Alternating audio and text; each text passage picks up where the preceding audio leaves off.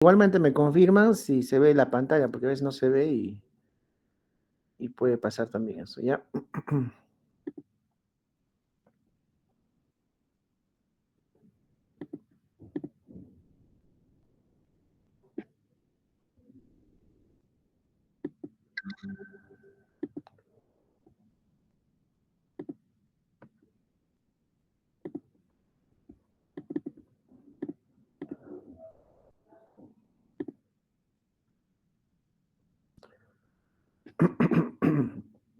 A ver,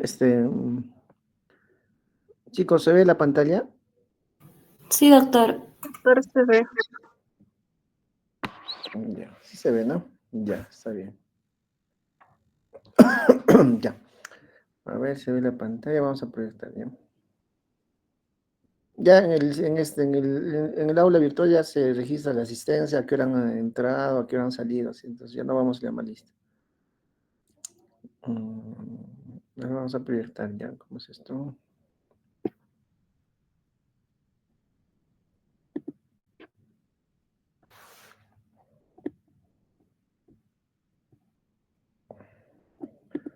Lo que pasa es que yo no los veo. A ver, primero, quiero que me confirmen si se ve la pantalla y si se proyectan las diapositivas. Ahorita estoy cambiando las diapositivas. Sí, muy bien, doctor. Ya, normal se veían. Gracias. Entonces, vamos a hacer un poquito más dinámico para que ustedes puedan leer también los casos. Y ahí vamos a llamar. A ver, acá tengo la lista.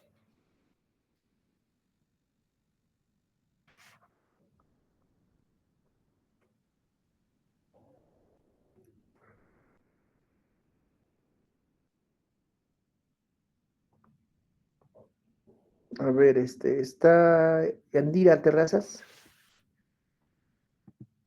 Presente, doctor. Ya, ¿puede leer el primer caso, por favor? Y de ahí vamos a discutir un poquito y yo les voy a explicar, ¿ya? Ya. Un hombre de 32 años acude a su dentista para someterse a una serie de procedimientos dentales que incluyen extracción de muelas del juicio y tratamiento de caries en varias ubicaciones. Se espera que el procedimiento sea prolongado. El dentista planea usar un anestésico local para garantizar la comodidad del paciente durante todo el procedimiento. ¿Cuál de los siguientes anestésicos locales es la mejor opción para este procedimiento, considerando la necesidad de una duración prolongada de acción? Ya. ¿Cuál querías que es la respuesta?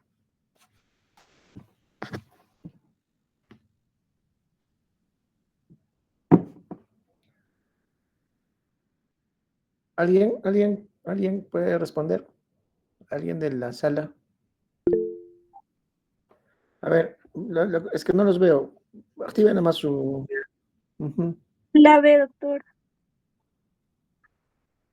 Ya, está bien. Mira, entonces, habíamos dicho en clases que el anestésico más comúnmente usado en general, ¿no?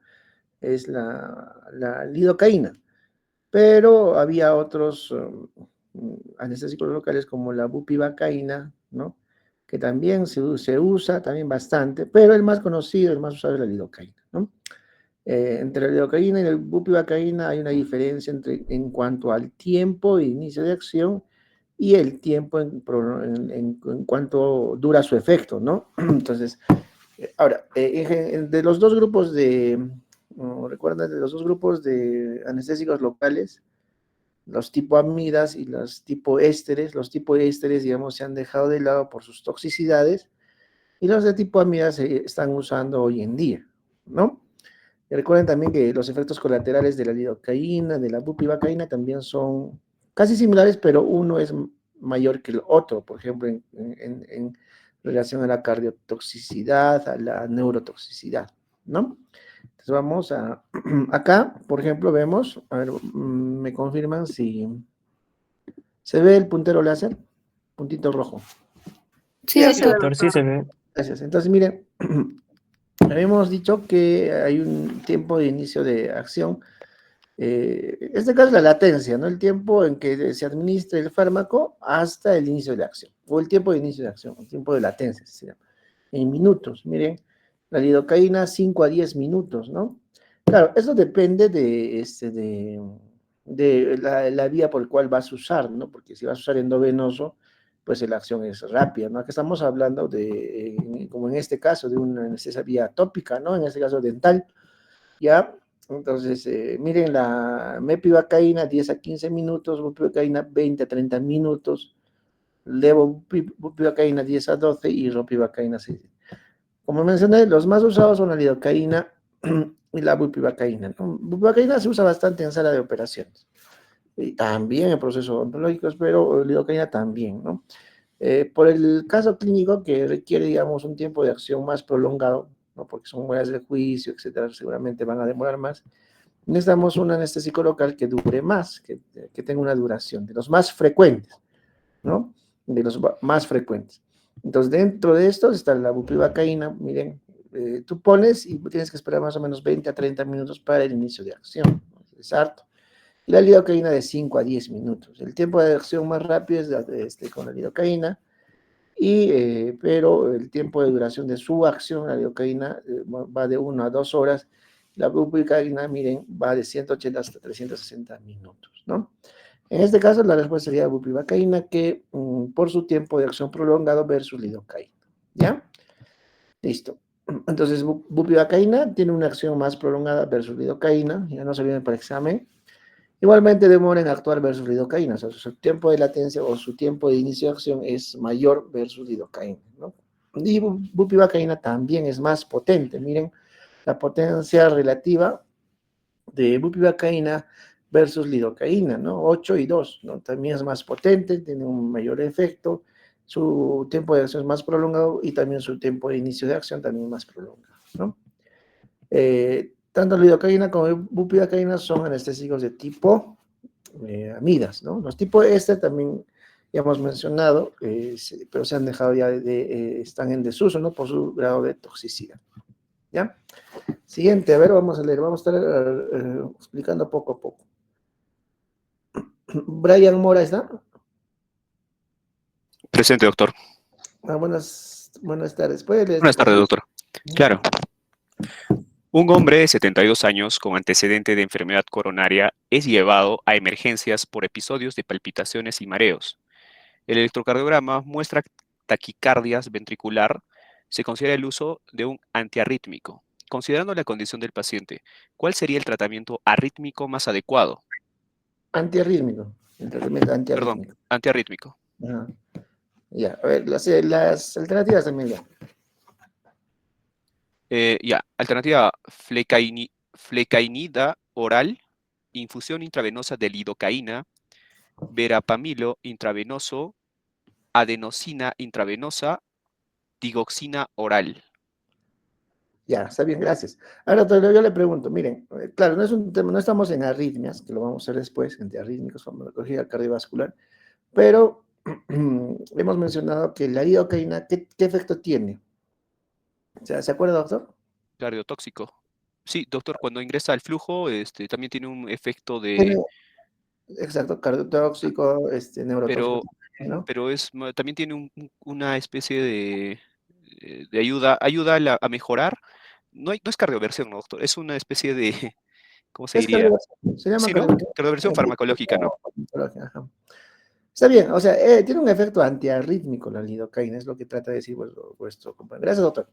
Entonces, mire, la lidocaína, ya hemos dicho, o sea, se usa pues como como anestésico local, incluso en anestesia raquídea, epidural, etcétera, etcétera, ¿no? Pero también tiene un efecto antiarrítmico, ¿no? Pese a que produce, ¿no?, neurotoxicidad, cardiotoxicidad en casos muy raros donde pacientes pueden ser alérgicos al medicamento, a la lidocaína, ¿no? Que no se sabe, que eso es imprescindible, ¿no? Pero se usa como antiarrítmico. En este caso, para arritmias, ¿se acuerdan que yo les expliqué? Hay arritmias, ¿no? Una manera de clasificar las arritmias son de manera fácil, digamos, arriba están las aurículas y abajo están los ventrículos. Entonces, las arritmias se pueden clasificar en arritmias ventriculares, o sea, del ventrículo, y arritmias por encima del ventrículo que son supraventriculares, ¿no? Entonces, una clasificación general, arritmias supraventriculares y arritmias ventriculares.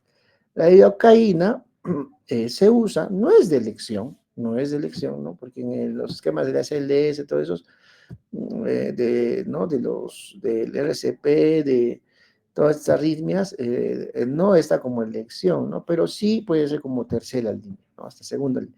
Porque en este caso, digamos, también depende mucho. Si el paciente tiene arritmia, ¿no? Y digamos, un ataque ventricular, por ejemplo, ¿no? Un ataque ventricular, por ejemplo. Y el paciente está inestable, hay que, con una cardioversión, una desfibrilación, que es eléctrica, ¿no? Valga la redundancia. Pero si el paciente está estable, pues el de elección es amiodarona, que es un antiarrítmico.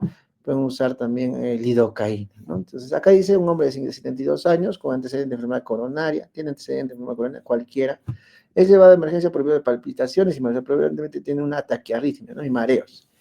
El EKG muestra taquicardia ventricular, o sea, es un ritmo de paro, taquicardia ventricular, ¿no? Y se considera el uso de un antiarrítmico. Acá no dice si el paciente está estable o inestable, pero viendo las alternativas, aparentemente el paciente está estable, ¿no? Porque puede tener taquiventricular con paciente estable, y puede tener taquiventricular con paciente en shock, con presión muy baja, o sea, con paciente inestable. Considerando la condición del paciente, ¿cuál sería el antiarrítmico más adecuado? Ahora, si es una emergencia como un ataque ventricular, o sea, oral no vamos a usar, pues oral no, porque va a demorar mucho en actuar, no, tiene que ser vía endovenosa, ¿no? O a lo mucho intramuscular, quizás no, pero descartando, oral no. Tenemos lidocaína, sí, ¿no? Vamos a descartar. Verapamilo también es un antiarrítmico, vamos a ver por qué no se usa. Adenosina también es un antiarrítmico, pero el adenosina es de elección, y eso noten en taquicardias paroxísticas supraventriculares. En este caso es una arritmia ventricular, por eso taquicardia ventricular. Entonces la adenosina se usa para arritmias, para TPCB, el famoso TPCB, taquicardia paroxística supraventricular. Y digoxina oral también es un antiarrítmico, digoxina como plecanida, pero oral no, pues no está muy alejado porque es una emergencia, un ataque ventricular. Entonces nos quedamos, digamos, con infusión de lidocaína, verapamilo intravenoso, entre estos dos, ¿no? Adenosina es para taquicardia paroxística supraventricular, digoxina oral no, plecanida oral no. Entonces nos quedamos con los dos. Miren, acá vamos a repasar un ataque ventricular, ahí monomorfa, o sea, se ve el gráfico, ¿no? Edison, Sí, ¿estás doctor. ahí? Sí, doctor. Sí, doctor. Sí, doctor, sí ¿No? se ve. Ya, entonces monomorfa, me dicen si es que no se ve, pues si no voy a estar hablando. Pues. Monomorfa, miren el gráfico, acá o sea, monomorfa significa que tiene una sola forma, pues, ¿no? Está todo lineal, ¿no? Una sola forma. Polimorfa, unos son más grandes que el otro, entonces, esta polimorfa o torsada de Point se llama, ¿no? Polimorfa, otro es monomorfa. Otra clasificación es una taquicardia ventricular sostenida, o sea, que se mantiene en el tiempo. Y no sostenida es que hay episodios de taquiventricular que se revierten y entra otra vez a ritmo sinusal y otra vez a taquiventricular, ¿no?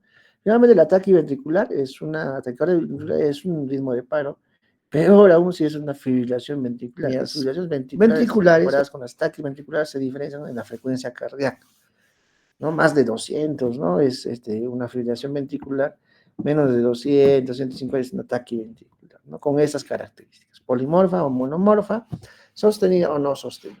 Entonces, para esos casos, si el paciente está inestable, caballero normal, tenemos que desfibrilar, ¿no? Porque está entrando en una fibrilación ventricular, un ataque ventricular, una cardioversión eléctrica, ¿no? Pero si está estable, puedes usar amiodarona de elección, ¿no? Es lo que dice la literatura, y luego puedes usar, si es que no tienes, pues de repente, lidocaína, ¿ya? Recuerden, la lidocaína viene en frascos, es el más usado, van a usar el Silonet, el más conocido, más común, viene al 2%, es importante, y viene frasco de 20 mililitros. A ver, ¿qué significa 2% en términos de este frasco que viene en 20 mililitros? Le pregunto a Edison. ¿Qué significa Silones al 2%? ¿Qué significa 2%? No, que en unos 100 ml solo el 2% está de lidocaína, su concentración. ¿Ya? Entonces, ¿cuántos gramos sería? 2%, ¿qué significa? Son soluciones, ¿no? Han hecho química, ¿se acuerdan?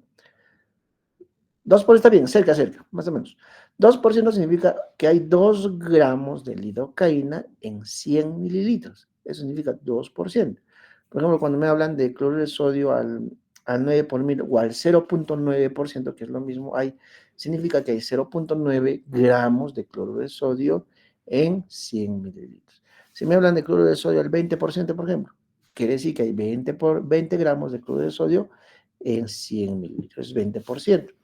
Entonces, si me hablan de dextrosa al 5%, por ejemplo, que se usa, entonces significa 5 gramos, ¿no? Porque 5%, 5 gramos de dextrosa en 100 mililitros, ¿no? Entonces, hacemos una regla de 3. Ese Silonet viene al 2%, o sea, viene 2 gramos por cada 100 mililitros, pero no viene en frascos de 100 mililitros, viene en frascos de 20. Entonces, ¿cuántos gramos vamos a tener? Hacemos una regla de 3, nada más. Pero recuerden que este es un anestésico, ¿no? Para tratar arritmias, anoten, pues se usa una lidocaína sin epinefrina, pues, ¿no? Porque la epinefrina, como vamos a ver, la adrenalina o epinefrina también produce cierto grado de arritmia, puede tener otros efectos colaterales. Entonces, para temas de antiarritmia, o les he mencionado para curar heridas, que no sean los dígitos, ¿no? Pues en dígitos sí hay que evitar la noradrenalina, pero que digamos en cuero cabelludo sangrante sí podrías usar lidocaína con adrenalina por su efecto vasoconstrictor, ¿no? Entonces, este es el Silonet es al 2%, es 2 gramos en 100 mililitros, es la lidocaína al 2%, y este es el clásico, el más usado, pero viene en 20 mililitros, entonces 100 mililitros viene 2 gramos, 20 mililitros, ¿cuánto vendrá? 0.4 gramos, ¿no? Y en miligramos son 400 miligramos, ¿no? Eso vamos a ver ahorita. Entonces, repasando un poco, la lidocaína es un bloqueante de canales de sodio, recuerdan, ¿no? O sea, impide la propagación del impulso nervioso, ¿no? ¿Y dónde tenemos pues impulsos nerviosos o propagación de impulsos nerviosos? Las células musculares, sobre todo en el corazón también, pues tiene un efecto antiarrítmico. Y está indicado para arritmias ventriculares, recuerden, no supraventriculares, no, ventriculares. Si es una taquicardia paroxística supraventricular, o sea, encima del ventrículo, la dirección es adenosina, ¿no? Y sobre todo en contexto agudo, no para patologías crónicas. Su acción rápida y la posibilidad de ajustar la dosis de forma continua mediante una infusión intravenosa la convierte en una opción adecuada. No es primera línea, pero sí lo pueden usar. Por ejemplo, la flecainida, que es en alternativa, son más usados para tratamiento a largo plazo de las arritmias. Cuando el paciente ya está estable, se puede ir a casa con su tratamiento, ¿no? Y además en pacientes, ¿no? Con arritmias, en pacientes sin enfermedad cardíaca estructural. ¿Qué significa esto? Que no haya patologías valvulares, algo que esté produciendo la arritmia, ¿no? Y el verapamil y la adenosina son principalmente efectivos para arritmias supraventriculares también, ¿no? Como la adenosina, que no tenga, es la dirección para taquicardia paroxística supraventricular. Y el verapamil más para arritmias supraventriculares. Igualmente, la digoxina es muy limitado su uso, más se usa por vía oral como antiarrítmico también, pero cuando el paciente está más estable, ¿ya? Y tiene poco efecto en caso de tratamiento de arritmias agudas, o sea, estamos hablando de un episodio agudo, una emergencia en este caso, ¿no? Entonces tenemos que usar endovenoso, porque taquiventricular y la fibrilación ventricular son emergencias, ¿ya? Recuerden que hay una clasificación de los antiarrítmicos, que vamos a ver después, la clasificación de Vaughan-Williams, ¿ya? Donde van a clasificar los antiarrítmicos clase 1, 1B, 1C, 1A, 2, 3, 4, ¿no? Y dentro de esta clasificación, 1B está la lidocaína, ¿no? ¿Por qué? Porque va a inhibir los canales de sodio, como mencioné en clases, y va a evitar la despolarización a nivel de los cardiomiocitos, y ahí así siendo una antiarritmia, pero en arritmias más ventriculares, recuerden, ¿ya? Entonces ahí están las taquiventriculares, monomorfa, polimorfa, sostenida, no sostenida. Entonces, repasemos. La lidocaína viene en frascos de Silonet, que es el nombre más común, más conocido, al 2%. ¿Qué significa 2%? 2 gramos en 100 mililitros de lidocaína. O sea, y vienen en frascos de 20, hay que sacárseles el puesto, ¿no? Si 2 gramos vienen en 100 mililitros de la lidocaína, entonces el frasco viene de 20, como les he mencionado, que está 20, ¿no? Entonces, hace una regla de 3, 20 mililitros, ¿cuánto tendrá? 0.4 gramos, pero en gramos, mejor no manejamos en gramos, manejamos en miligramos, o sea, 400 miligramos viene en todo este frasco de lidocaína, en 20 mililitros.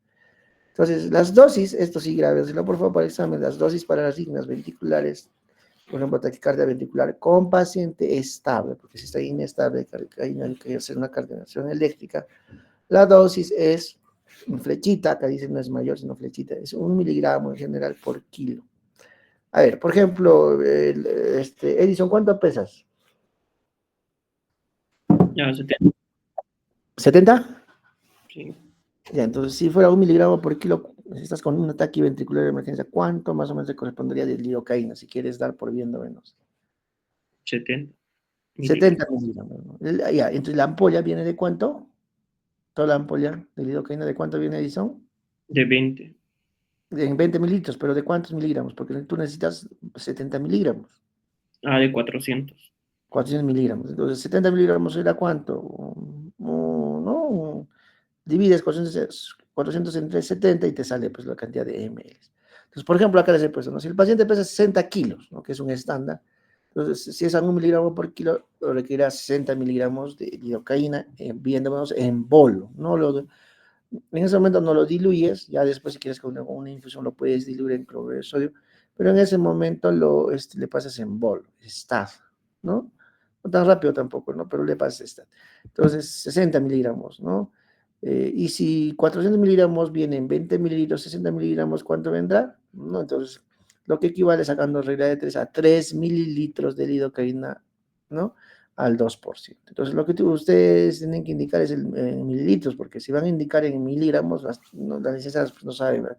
Muchas demoran en sacar, ¿no? Que tienes que dar ya en cantidad de cuántos mililitros tienes que dar al paciente en ese rato viendo menos esto. O sea, 3 mililitros, lo que equivale pues a 60 miligramos, porque cada ampolla de 20 mililitros viene 400 miligramos de lidocaína, ¿no? Sacando regla de 3, ¿no? Entonces, dense cuenta de este detalle, ¿no? 2%. Entonces, cuando ustedes vean frascos así como el cloruro de sodio 0.9 por mil o 0.9%, 0.9 gramos en 100 mililitros. Como viene en frascos de 1000, entonces solo hacen regla de 3 y va a saber cuántos gramos realmente viene de cloruro, ¿no? Tanto de sodio, de potasio, etcétera, etcétera. ¿Ya? Listo, el siguiente caso, a ver, vamos a llamar Quintana. ¿Casas está? Quintana. Sí, ¿Qué tal, doctor? Buenas tardes. ¿Puede leer? Un hombre de 55 años recibe ropivacaína para anestesia epidural antes de una cirugía de hernia inguinal. Después de la cirugía, el paciente es incapaz de orinar por varias horas, lo que requiere la colocación de un catéter urinario. ¿Qué complicación está experimentando el paciente? Ya, léelas. A. Reacción alérgica a la ropivacaína. B. Toxicidad sistémica de la ropivacaína. C. Efecto del bloqueo simpático sobre la vejiga. D. Infección del tracto urinario. Y E. Formación de un coágulo de sangre en la vejiga. Ya, entonces, ¿y cuál es la respuesta? ¿Cuál cree que es la respuesta? La C. Ya. Entonces, miren, está bien. Tenemos un paciente varón de 55 años que recibe ropivacaína, ¿no? Para anestesia epidural. Antes de una cirugía de hernia inguinal. Entonces, generalmente las de abdomen inferior son, pues, anestesias epidurales, raquidas, etc. Después de la cirugía, el paciente es incapaz de orinar. Alguna vez hemos visto, no orina, o a veces algunos ahí no mueven, ¿no? Los miembros inferiores, ¿no? Entonces, es un poco peligroso, ¿no? En este caso, no orina varias horas. Lo que requiere, le colocan pues una sonda vesical, un catéter urinario, ¿no? O sea, y recién empieza a hacer. Entonces, ¿qué complicación está experimentando el paciente? Reacción alérgica a la ropivacaína, puede ser, sí, ¿no? Toxicidad sistémica de la ropivacaína también, ¿no? Aunque sistémica, ¿no? Tendría que tener colapso cardiovascular, ¿no? Otra sintomatología, ¿no? Entonces, la B la dejamos de lado. Efecto de bloqueo simpático sobre la vejiga, ¿no? Eso es lo más probable, porque recuerden que ahí había una secuencia de bloqueo nervioso, ¿no? En cuanto a los anestésicos locales, había una secuencia, ¿no? Y tú, bien difícil porque pues no ha entrado con sonda, no hay un factor que menciona acá, infección del tracto urinario. Y formación de un coágulo de sangre en la vejiga, poco probable porque no han operado próstata, nada relacionado a esa zona, ¿no? ¿Puede ser reacción alérgica? Sí, ¿no? Pero no se suele, pues, manifestar de esa manera. Tiene otros signos y síntomas. y finalmente sí, el efecto del bloqueo simpático sobre la vejiga. ¿Ya? Vamos a ver. Miren, recuerden que la vejiga tiene dos esfínteres, uno externo y uno interno, ¿cierto? Un interno controlado por músculo liso, ¿no? Por músculo liso, simpático, del sistema nervioso simpático, y otro, el esfínter externo, que digamos es voluntario, por eso es que nosotros orinamos, tenemos la necesidad, pero nos podemos aguantar, ¿no? Y recuerden que también la vejiga tiene un músculo con fibras longitudinales, oblicuas, etcétera, que es el detrusor, que ayuda a la contracción de la vejiga, ¿no? Todos estos están controlados por el sistema nervioso central, por eso hay una inhibición y facilitación del vaciamiento voluntario, sistema nervioso central, y también hay una regulación a través del sistema nervioso simpático, ¿no? Donde ahí está todas las funciones de contracción y relajación del esfínter del músculo liso, ¿no? Contracción y relajación del sistema nervioso simpático. Y sistema nervioso parasimpático, acá, contracción y relajación del detrusor, que es todo esto, ¿no? Del detrusor, el sistema nervioso parasimpático, y el simpático del esfínter, ¿no? Del esfínter, ¿no? De la vejiga interna, ¿no? Y el externo, ¿no? También una parte tiene fibras del sistema parasimpático, pero el somático, ¿no? A través de su contracción y relajación del esfínter del músculo. Entonces, cuando hay este tipo de bloqueos epidurales, y especialmente con anestésicos locales como la propivacaína, ¿no? Puede afectar la función autónoma, ¿no? Del sistema nervioso autónomo, simpático y parasimpático, incluyendo la capacidad de la vejiga para contraerse adecuadamente, lo que lleva a la retención urinaria, ¿no? También hay casos donde pasa esto, ¿no? Pero lo bueno que son, digamos, son reversibles, ¿no? Uno espera, poco a poco haces una reeducación vesical, le sacas, empieza a controlar y ya, pues son reversibles nomás estos efectos de estas anestesias, ¿no? En este caso sería la ropivacaína, ¿no? Efecto del bloqueo simpático sobre la vejiga, ¿ya? El siguiente. Pacheco Cerón, ¿está? Presente, doctor. Doctora, buenas tardes. A ver, ¿el caso 4 puede leer? Sí, doctor. Una mujer de 25 años recibe lidocaína con epinefrina para un procedimiento de biopsia de piel. Poco después de la administración, la paciente comienza a experimentar palpitaciones y se detecta una frecuencia cardíaca de 102 latidos por minuto en reposo. ¿Qué complicación está experimentando la paciente? Ya, a ver, lea las alternativas y cuál sería la respuesta. A ver. No estamos tomando el examen por si acaso, ¿eh? Solo... A ver, ¿puede leer las alternativas? Sí, doctor.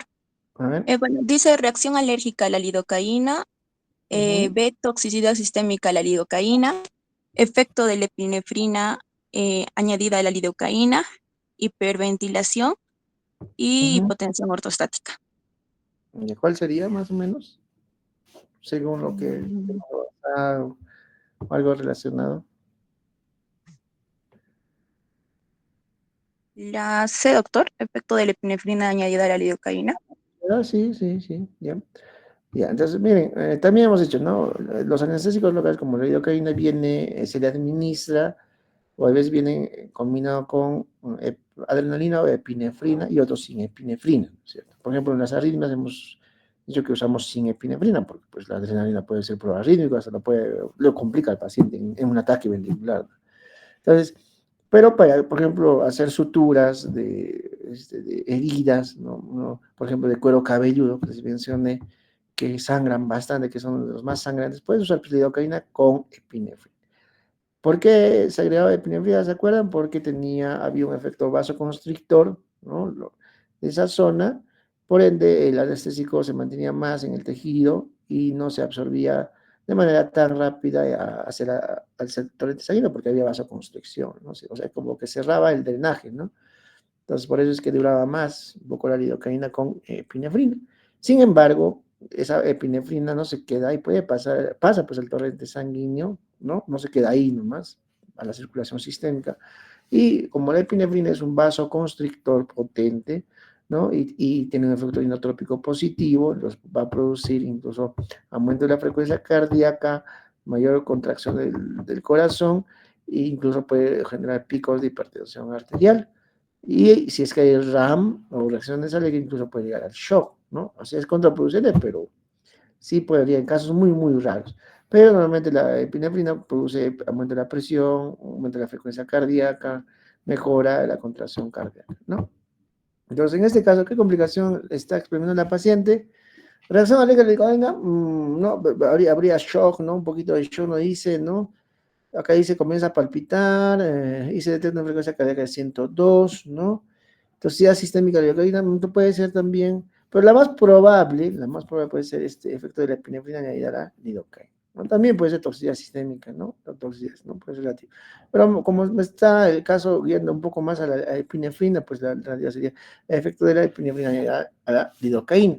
Miren, la adrenalina, recuerden que se usa bastante en paro cardíaco, ¿no? Viene de 1 miligramo por mililitro, son ampollas pequeñitas, ¿no? Entonces, eso realmente es adrenalina, ¿no? Es en ampollas, pero en la lidocaína se le viene a agregar.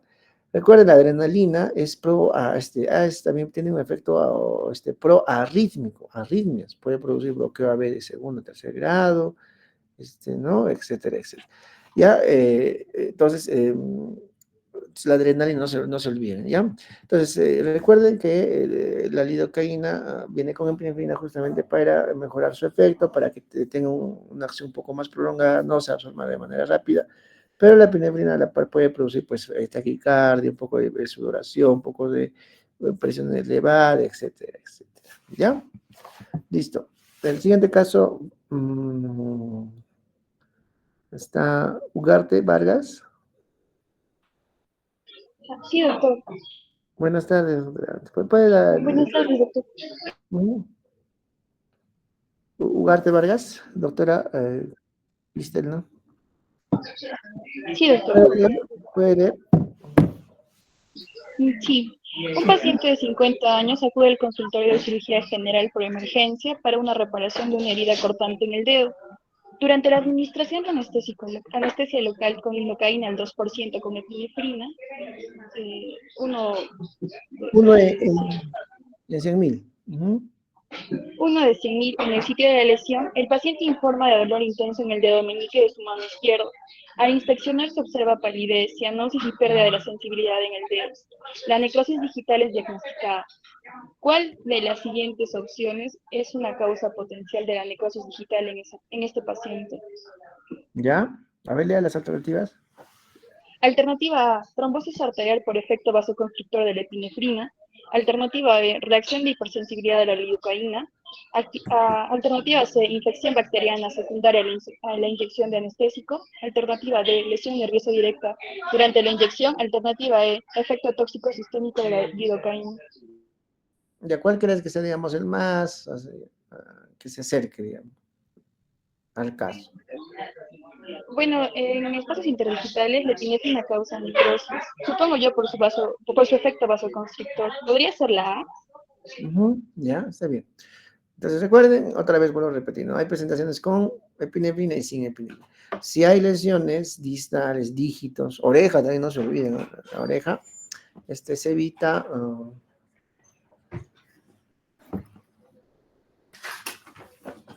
se evita el uso de, ¿no? De epinefrina, ¿no? Hay que tener mucho cuidado, chicos, para la zona. Entonces vean siempre bien, porque no siempre van a encontrar lidocaínas sin epinefrina, tienen que ver el inserto antes de usarlo.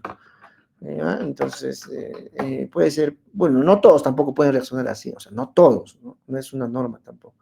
Pero si hay espacios digitales, dígitos, ¿no? De dedos, pies, uñeros, esas cosas, ¿no? O heridas cortantes, mordeduras, toda esa zona de los dedos, no usar lidocaína con epinefrina, porque justo produce vasoconstricción, puede producir incluso y como hay vasoconstricción, hay una éstasis de las plaquetas, todo eso se puede generar un trombo, ¿no? Una trombosis. Puede ser venosa, esa todavía es pasar una trombosis venosa, como hay varias venas, varias colaterales, se puede normal irrigar el dedo, pero si es una trombosis arterial, ahí sí es preocupante, porque generalmente solo una arteria la que irriga, ¿no?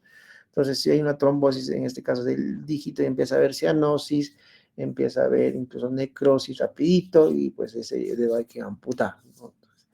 Tener cuidado con eso, ¿ya? Reacción de la hipersensibilidad de la lidocaína, no se manifiesta de esa manera, ¿no? Puede, pero puede también, casos muy raros. Infección bacteriana secundaria de inyección anestésico, también puede ser, ¿no? Ahora, cuando una infección bacteriana produce necrosis, ¿no? Como por ejemplo, así, como ¿ven la imagen acá? ¿No? ¿Se ve? A ver, Sí, doctor. ¿se ve? Sí, doctor. Miren, esa necrosis, en caso de esta alternativa, dice infección bacteriana secundaria de infección anestésica. Bueno, secundaria de infección anestésica es poco probable, pero debido a una infección bacteriana sí puede dar esta necrosis, esto sí. En casos de que el paciente llegue, por ejemplo, en la UCI, con un shock séptico, ¿no? Refractario al tratamiento. O sea, más que una septicemia o una infección generalizada, el shock séptico es más severo que eso. O sea, hay sepsis generalizada más presiones bajas, por eso se llama shock séptico. Entonces, las condiciones de shock séptico son diferentes, las causas de shock séptico. El shock séptico tiene una condición protrombótica, entonces puede producir en la sangre microcoágulos que pueden viajar al torrente sanguíneo y pueden producir esas necrosis. Es más, si ese paciente está en shock séptico y están usando noradrenalina y adrenalina para subir la presión porque está en shock, puede, como la adrenalina, no la adrenalina produce en vasoconstricción, puede incrementar este riesgo de necrosis y aumenta más la necrosis de este dedo, puede avanzar más, ¿no? Más todavía, pero lamentablemente es seguro porque el paciente es en shock séptico, ¿no? No todos reaccionan así, ¿no? Entonces, pero sí infecciones, no solo infecciones locales, sino infecciones que llegan a shock séptico, sí se podría producir esta necrosis, ¿no? Pero en este caso, por lidocaína también, porque si tú usas con epinefrina en dígitos, también lo más probable es que puedas producir esto, ¿no? No en todos los pacientes, ¿no? No en todos, pero la mayoría sí está descrito que pueden reaccionar así, ¿ya? Entonces, recuerden que la epinefrina se agrega a los anestésicos locales para prolongar su efecto y reducir el sangrado local al inducir vasoconstricción. O sea, sí puede ser, por ejemplo, en heridas de cuero cabelludo donde hay bastante sangrado y ahí pues no hay ningún problema, no es una zona digital, no hay buena irrigación, entonces ahí puedes usarlo, pero en las zonas periféricas no. Sin embargo, en pacientes susceptibles también, porque no todos reaccionan de la misma manera, la vasoconstricción excesiva puede llevar a trombosis arterial y causar necrosis digital. No todos, pero la mayoría. Entonces se evita usar con epinefrina en las zonas digitales, ¿ya? Hablando digamos, de estas necrosis de los dedos por infección, pero no solo una infección bacteriana, como dicen así, una mínima, sino un shock séptico, o sea, más que una septicemia, más que una infección generalizada de shock séptico. Hubo el caso no sé si han oído de esta deportista, acá, Shirley Meléndez, no sé si han oído, ¿alguien ha oído? Este es un reportaje de hace años, de 2017 creo, no me recuerdo. ¿Han oído de este caso? Bien controversial, ¿no? Acá dice audiencia, solo para comentarles un poquito y para que nos distraigamos un poco, ¿no? Audiencia de informe oral en el proceso contra médicos de salud, ¿no? Por delito de lesiones culposas, lamentablemente siempre nos buscan culpables, ¿no? En agravio de Chile, menos deportista. Miren cómo terminó. Ven sus manos, ¿no? Amputados sus pies, sus manos, ¿no? Y dice el drama de una mujer que fue a atenderse de cálculos, aparentemente eran solo calculitos o cálculos, ¿no? Y bueno, terminó con manos y pies amputados. ¿Por qué? ¿Por qué habrá sido así? Esta paciente, la historia dice que, bueno, estaba haciéndose intervenir, no, bueno, sí iba a intervenir por los cálculos, ¿no? Y en eso, pues ustedes saben que los cálculos renales es factor de riesgo para infecciones urinarias severas, ¿no? Severas. Entonces, lamentablemente le dio una infección urinaria, no solamente una infección urinaria localizada, sino una sepsis, no solo una sepsis, sino un shock séptico. Llegó a la UCI, estuvo en máquina, y es más, los que les mencioné, ¿no? Se usó vasopresores como adrenalina en infusión, noradrenalina, vasopresina, que son vasoconstrictores. Y agregado a la sepsis o shock séptico, que ya de por sí el shock séptico tiene un estado protrombótico, pues empezaron a necrosarse todas las zonas digitales, ¿no? Los dedos, de las manos, de los pies, y para salvarle la vida, pues como es un foco de infección, tuvieron que amputar, ¿no? Entonces fue todo un caso mediático, hoy en día creo que está así, ¿no? Esta paciente con sus prótesis, ¿no? Entonces, las defensas siempre buscan pues culpables, ¿no? Es decir, que le han puesto mal el medicamento o no le han intervenido, etcétera, ¿no? Pero La sepsis es un estado protrombótico que puede producir eso. Claro que el vasopresor, como la adrenalina, la vasopresina, la noradrenalina, puede aumentar ese riesgo, incluso empeorar la necrosis. Pero se usa, pues, porque ese es el costo de estar, pues, vivo en una unidad de cuidados intensivos, ¿no? Todo un tema para que ustedes puedan analizar eso. El debate es muy, muy amplio, el caso también es muy amplio, hay bastante bibliografía, etcétera, etcétera, ¿ya? Siguiente caso, solo como para información. Saldívar, Yasmín, ¿está? Presente, doctor. ¿Puede leer? Buenas tardes. Un paciente de 45 años acude a la clínica para un procedimiento de extracción dental. Durante la administración de anestesia local, con un anestésico local que contiene ácido paraaminobenzoico, el paciente desarrolla una erupción cutánea generalizada, prurito intenso y dificultad para respirar. Se sospecha una reacción alérgica al PAVA.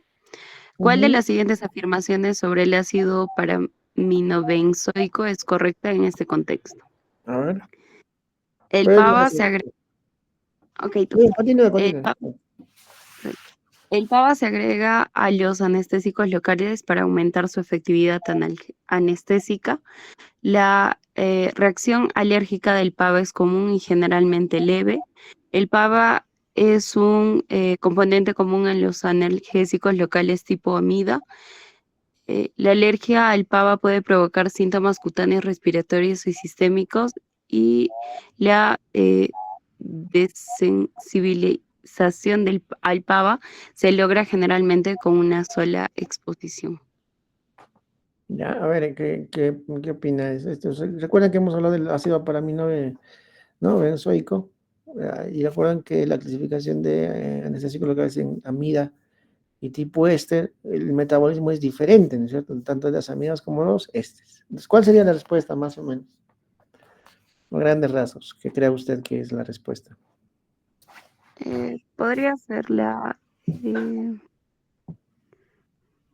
C o la D, doctor. ¿La C o E? O D. La C o D. El PAVA es un componente común del tipo amida. Vamos a ver, porque recuerdan, había tipo amida y tipo éster, ¿no es cierto? ¿Y qué más me dijo la E, no? La C o la E. La D, doctor. ¿La alergia al PAVA puede provocar síntomas cutáneos? Sí, no, claro, por supuesto, puede provocar síntomas cutáneos, respiratorios y sistema. Yo creo que entre esas es la D, es la más, digamos, cercana, ¿no? ¿Por qué? Porque el PAVA, el ácido paraaminobenzoico, como vamos a recordar, vamos a ver, miren, ¿recuerdan? Había la biotransformación y excreción. Muy bien, gracias, doctor. Entre los anestésicos hay esteres y amidas. Las amidas hoy en día son las más usadas, los esteres se están dejando de usar por su toxicidad. Y el metabolismo era diferente. Las amidas se metabolizan en el hígado a través del citocromo P450, ¿no? Hay varios citocromos P450, ¿no? Muchos. Entonces, sí produce intoxicación sistémica, siempre y cuando la actividad del flujo hepático, como se degrada a nivel del hígado, se metaboliza en el hígado, esté alterado. Por ejemplo, un paciente con ICC, con el síndrome corazón, hígado, ¿no? ICC, o una cirrosis cardíaca que llaman, ¿no es cierto? O aquellos que usan beta bloqueantes, o pacientes finalmente cirróticos, ¿no? Donde la alteración del hígado está, la función del hígado está alterada, ¿no? No van a poder, en una manera de metabolizar los anestésicos locales, ¿no? Y los amidas se excretan por vía renal. En cambio, los esteres, muchos de la mayoría, o sea, todo, por no decir todos, no se degradan, no llegan al hígado, sino pasan al torrente sanguíneo, y en el torrente sanguíneo se van a degradar a través de una enzima pseudocolinesterasa plasmática, o sea, no van a llegar al hígado, ¿no? Y producto de esa degradación por la pseudocolinesterasa plasmática, producto de la degradación de los ésteres en el plasma sanguíneo, se libera muchas veces PAVA, que es el ácido paraaminobenzoico, responsable de las reacciones anafilácticas de estos esteres. Por eso es que se ha dejado de usar, ¿no? Y la excreción también es vía renal, ¿no? Entonces, el PAVA es un componente que puede causar reacciones alérgicas en algunas personas, no en todas. Puede manifestarse desde síntomas cutáneos, erupciones, pruritos, síntomas respiratorios, incluso paro cardiorrespiratorio. ¿no? Y los casos más graves, ¿no? Y siempre identificar y evitar el uso de anestésicos locales que contengan el PAVA, sobre todo los tipo éster, ¿no? Entonces, ¿cuál sería la respuesta? ¿No? La alergia al PAVA puede provocar síntomas cutáneos, respiratorios y sistémicos, es la correcta. A ver, la E dice, la desensibilización al PAVA se logra generalmente en una sola exposición. No, no. Uno puede usar una segunda, una tercera y puede igualmente producir alergias, ¿no? Entonces, no necesariamente, ¿no? En una sola exposición. ¿El PAVA es un componente común de esos locales tipo amida? No, más bien de los tipo éster, del lado izquierdo. La reacción alérgica al PAVA es común y generalmente leve, no son mortales, sí son comunes, pero son, digamos, más graves. ¿El PAVA se agrega a los anestésicos locales para aumentar su efectividad? No, no, más al contrario, esto disminuye su efectividad y tiene efectos colaterales. ¿Ya? Listo, no se olviden de esto. El siguiente caso, a ver, Natalie Ortiz Ferro, ¿está? Sí, docente. Oiga, buenas tardes. ¿Puede ver el caso 7? Sí, doctor. Natalie. Sí, doctor. Una paciente de 60 años es sometida a una cirugía de reemplazo de cadera y se le administra anestesia local con un anestésico tipo amida. Durante el procedimiento, la paciente experimenta una disminución de la presión arterial y arritmias cardíacas. Se sospecha de cardiotoxicidad relacionada con el anestésico local utilizado. ¿Cuál de las siguientes afirmaciones es correcta con respecto a la cardiotoxicidad asociada con los anestésicos locales? A. La cardiotoxicidad de los anestésicos locales es un efecto secundario extremadamente raro. B. La cardiotoxicidad de los anestésicos locales generalmente se manifiesta como hipertensión arterial. C. Los anestésicos locales tipo amida son más propensos a causar cardiotoxicidad que los tipo éster. D. La cardiotoxicidad de los anestésicos locales puede manifestarse como arritmias cardíacas y depresión miocárdica. La revisión de la cardiotoxicidad de los Reversión. se logra típicamente con la administración de esteroides. Ya. ¿Cuál quieres que sea? ¿Podría ser, doctor, la C? La C. ¿C o B?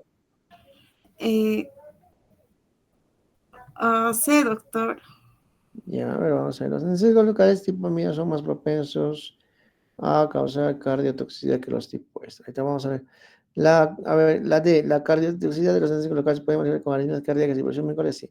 A ver, la A, digamos, la cardiotoxicidad de los anestésicos locales es un efecto secundario extremadamente raro. No es extremadamente raro, sí está descrito, ¿ya? La cardiotoxicidad de los anestésicos locales generalmente se manifiesta como hipertensión, no, más bien hay shock, o sea, shock.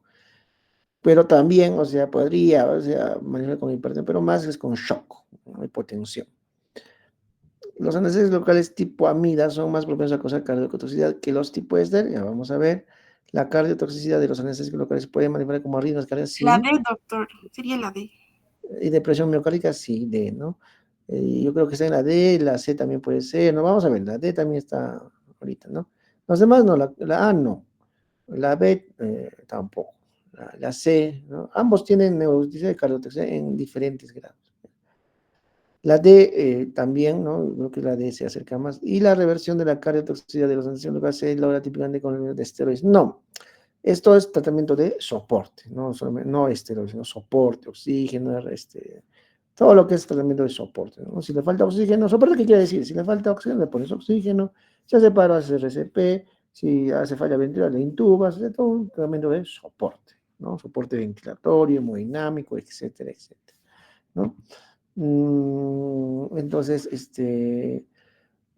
miren, entonces la cardiotoxicidad es un efecto adverso grave, pero poco común, tampoco es exactamente raro, ¿no? Pero pues sí es poco común asociado con los anestésicos locales. Puede manifestarse como arritmias cardíacas, ¿no? Bradicardia, ataque ventricular, pueden hacer, como hemos visto, ataques ventriculares, dibujos, depresión miocárdica, ¿no? Lo que puede llevar a hipotensión y compromiso hemodinámico. Por ejemplo, los de tipo amida, como la bupivacaína amida, son más propensos a causar cardiotoxicidad en comparación con los de tipo éster, ¿no? Eso es importante. Esta es pregunta de examen, ¿ya? La bupivacaína tiene más Bueno, primero, entre los ésteres de los tipo amida, la cardiotoxicidad es más frecuente con los de tipo amida, los últimos, son cardiotóxicos. Por eso muchos incluso hacen paro, pues en sala, ¿no? Porque son cardiotóxicos, en shock, depresión, miocardio, miocarditis, arritmias cardíacas. En comparación con los tipos este. Y dentro de esos, la lidocaína, bupropión, todos son, tienen potente, o sea, tienen una cardiotoxicidad. Pero de estas, todos estos tipos de amidas, la bupivacaína es representativo de la cardiotoxicidad. No se olviden de esto, ¿ya? Y bueno, el tratamiento siempre es medidas de soporte. Eso hemos enfatizado, todo es medidas de soporte. Eso significa soporte. Dar oxígeno, no, si le falta oxígeno, le das oxígeno. Si estás haciendo falla ventilatoria, le intubas. Si, digamos, está haciendo paro, haces reanimación cardíaca. Todos tratamientos de soporte, no hay un antídoto específico para esto, ¿no? Solo esperar un poco a que se recupere. Pues finalmente si se desenlaza en un shock o ¿no? Una depresión miocardial severa, pues hay que intubar, ¿no? Listo, entonces acá sería la alternativa. Uy, no se mueve. ¿Se ve la pantalla? Por un momento se ha colgado, creo. ¿Se Sí, ve? Sí, se ve, doctor. Entonces, sería la alternativa D, ¿no? Ah, no, ¿dónde está? Caramba, nos hemos ido. D, ¿no? La D. Listo. Entonces, ¿cuánto nos falta? A ver, esta es la secuencia, ya vamos a terminar. Ya, el caso 8, ¿puede leer, por favor? Milagros Cusi, ¿está? Sí, doctor, presente. Buenas tardes, Milagros. ¿Puedes leer el caso 8? Sí. Un paciente de 40 años es programado para una cirugía de hernia inguinal y se administrará anestesia local con un anestésico local tipo MIDA. Durante la consulta preoperatoria, el paciente pregunta acerca del mecanismo de acción de los anestésicos locales. ¿Cuál de las siguientes afirmaciones describe de manera más precisa el mecanismo de acción de los anestésicos locales? Los anestésicos locales bloquean los canales de sodio dependientes de voltaje en las terminales nerviosas, impidiendo lo que es la despolarización neuronal. B. Los anestésicos locales actúan como agonistas de los receptores opioides en el sistema nervioso central. C. Los anestésicos locales inhiben lo que es la liberación de neurotransmisores como la acetilcolina en la unión neuromuscular. D. Los anestésicos locales aumentan la permeabilidad de los canales de calcio en lo que son las células nerviosas, provocando hiperpolarización. E. Los anestésicos locales estimulan la producción de óxido nítrico en los tejidos nerviosos, induciendo a lo que es la relajación muscular. Ya, entonces, ¿qué le diría? Eso sí ya saben, ¿no? Es el mecanismo de acción. ¿Cuál es la respuesta? La A, doctor. Bien, bueno. Es un caso hipotético, ¿no? No te van a preguntar por el mecanismo de acción de los anestésicos de un paciente, ¿no? Recuerden que el anestésico local actúa a nivel de los canales de sodio voltaje dependientes, ¿no? O sea, impiden la entrada de sodio del extra al intra y impiden la despolarización, ¿no? Recuerden que el sodio es un ion positivo, entonces cuando entra del extra al intra, hace que en el intracelular se vuelva poco a poco más positivo, ¿no? Y sea menos negativo y se produzca la despolarización, ¿no? ¿Agonizan los receptores de opioides? No tiene nada que ver con los receptores de opioides. Los receptores de opioides más están los opioides.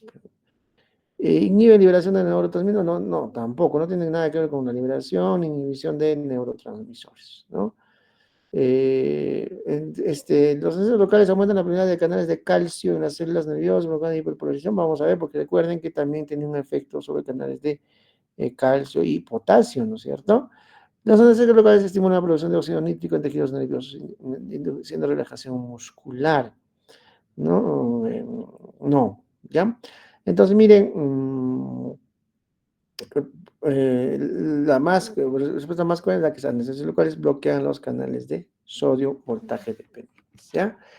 Recuerden, es el mecanismo principal, es un bloqueo de manera, recuerden, reversible. Por eso es que tienen un tiempo de acción los anestésicos locales, luego de eso tienes que recuperar la sensación de táctil, pues de la zona donde se te ha infiltrado, si es que es anestésico local, o si es anestesia raquídea, epidural, pues tiene que uno pasar a recuperación, y en recuperación van viendo que empieces a mover empieces a sentir otra vez los pies, ¿no? Tengas la sensación del tacto, etcétera, etcétera.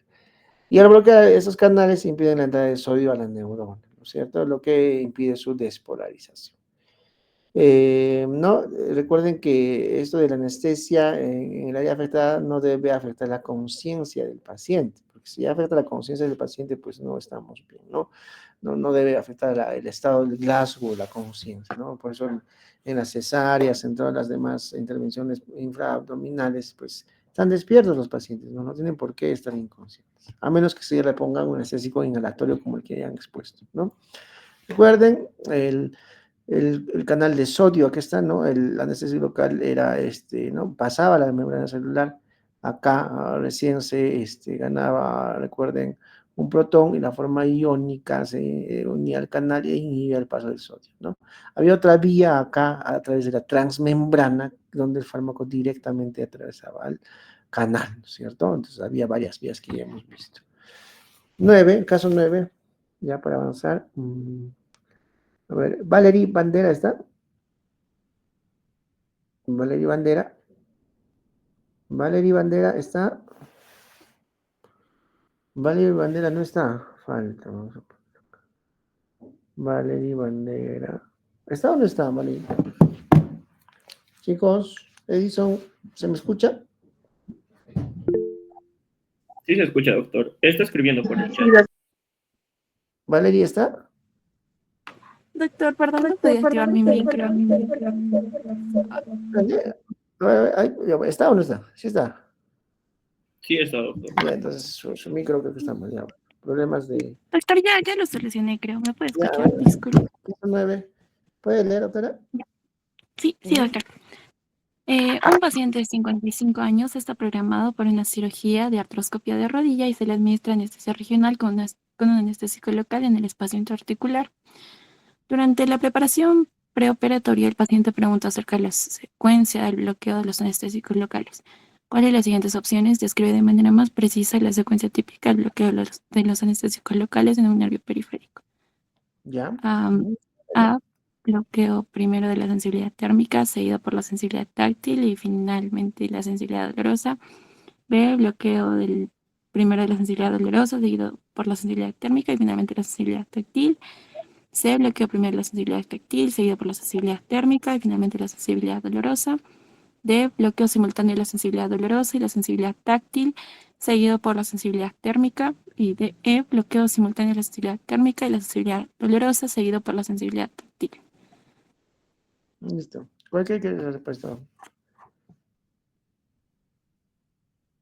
Para que se acuerden, cuando ponen anestésicos, a veces empiezan ya a suturar y ¿no? Entonces, el paciente a veces, ¿no? Ya no siente dolor, ¿no?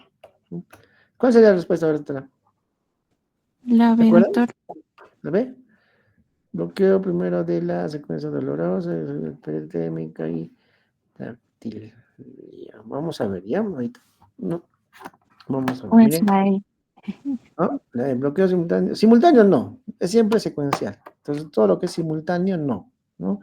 Hay una secuencia, no es simultáneo.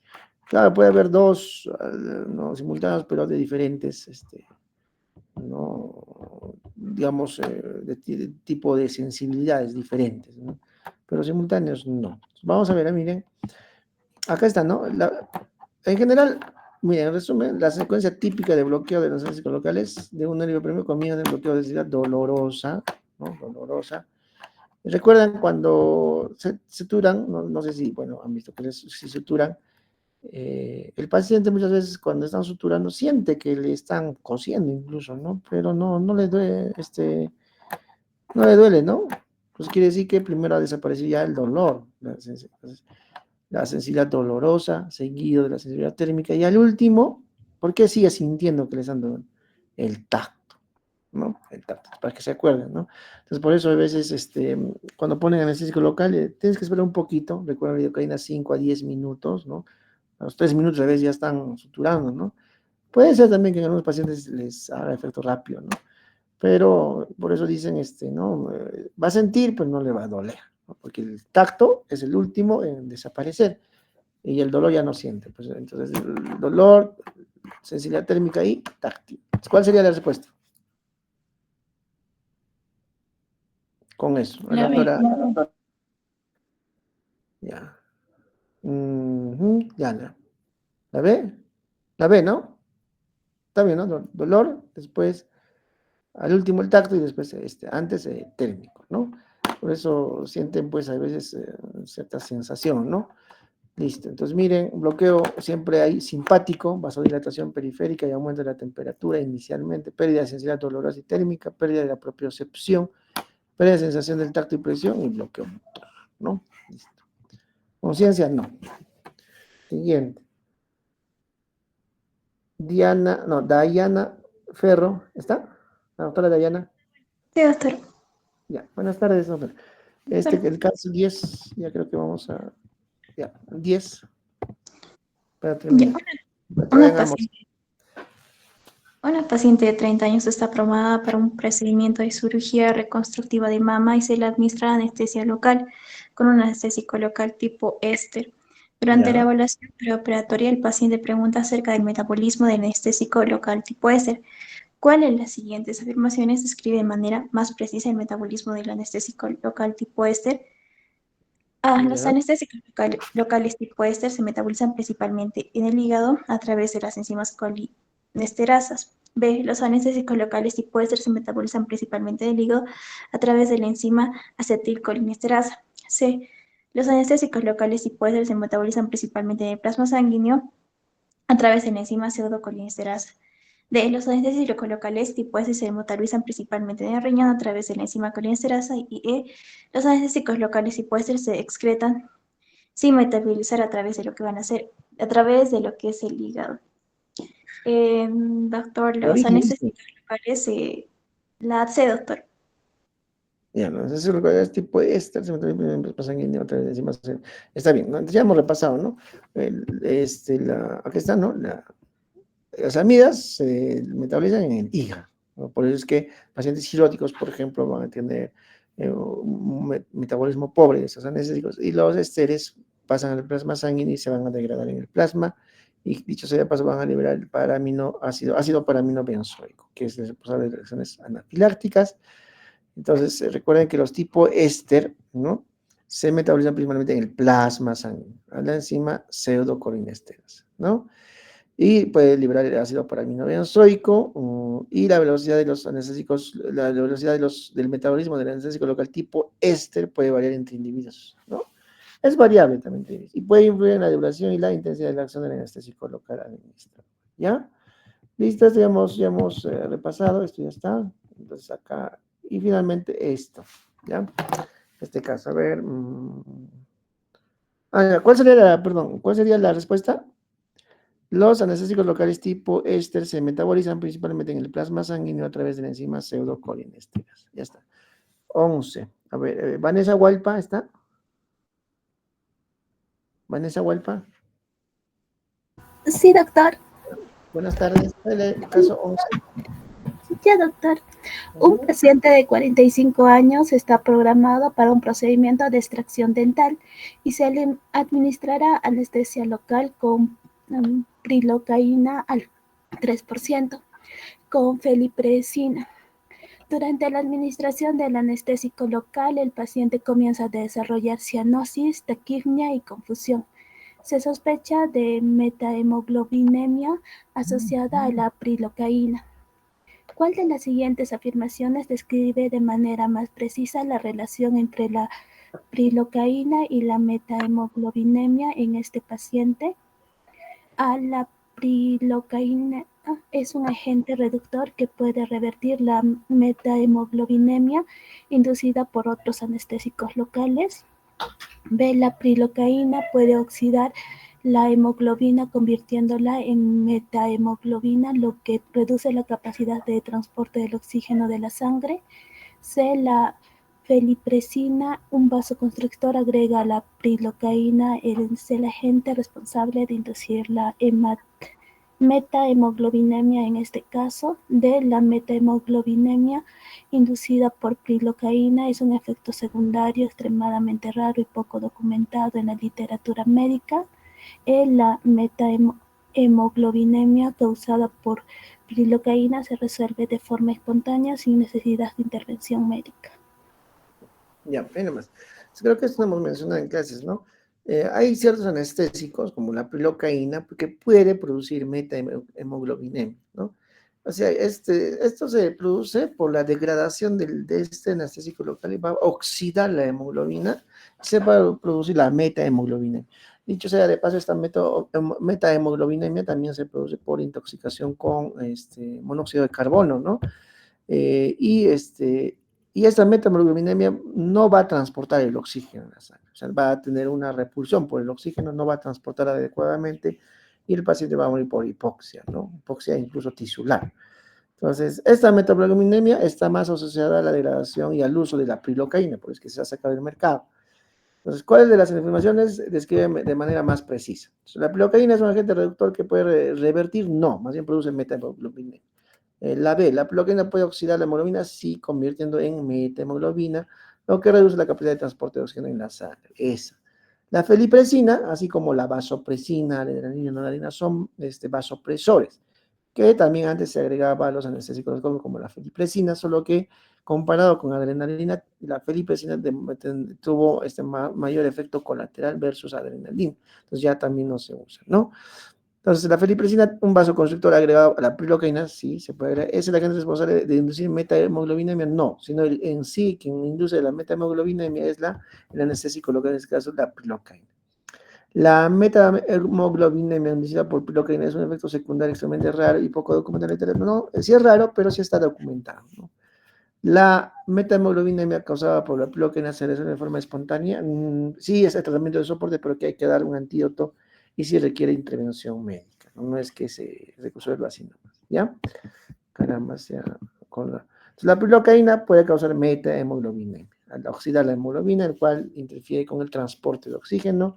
Felipresina, les he dicho, es igual que la vasopresina. No, similar, no igual, o sea, similar, o sea, en mecanismos de acción a la vasopresina, adrenalina, y tiene un efecto vasoconstrictor, ¿no? Ya, y no se asocia pues, directamente la felipresina con la metahemoglobina, lo que sí se hace con la prilocaína. Y, y esta metahemoglobina es una complicación potencialmente grave y requiere intervención médica, ¿no? Por lo tanto, la respuesta es, acá la prilocaína puede oxigenar la hemoglobina y convertirse esta hemoglobina en metahemoglobina y disminuir el transporte de oxígeno en la sangre. Ya, acá está, puede producir metahemoglobina. Listo, ahí nomás, ¿tienen alguna pregunta, alguna duda? Ya para que vayan a almorzar.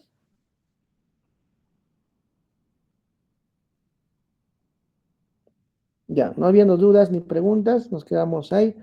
Nos vemos el lunes, chicos.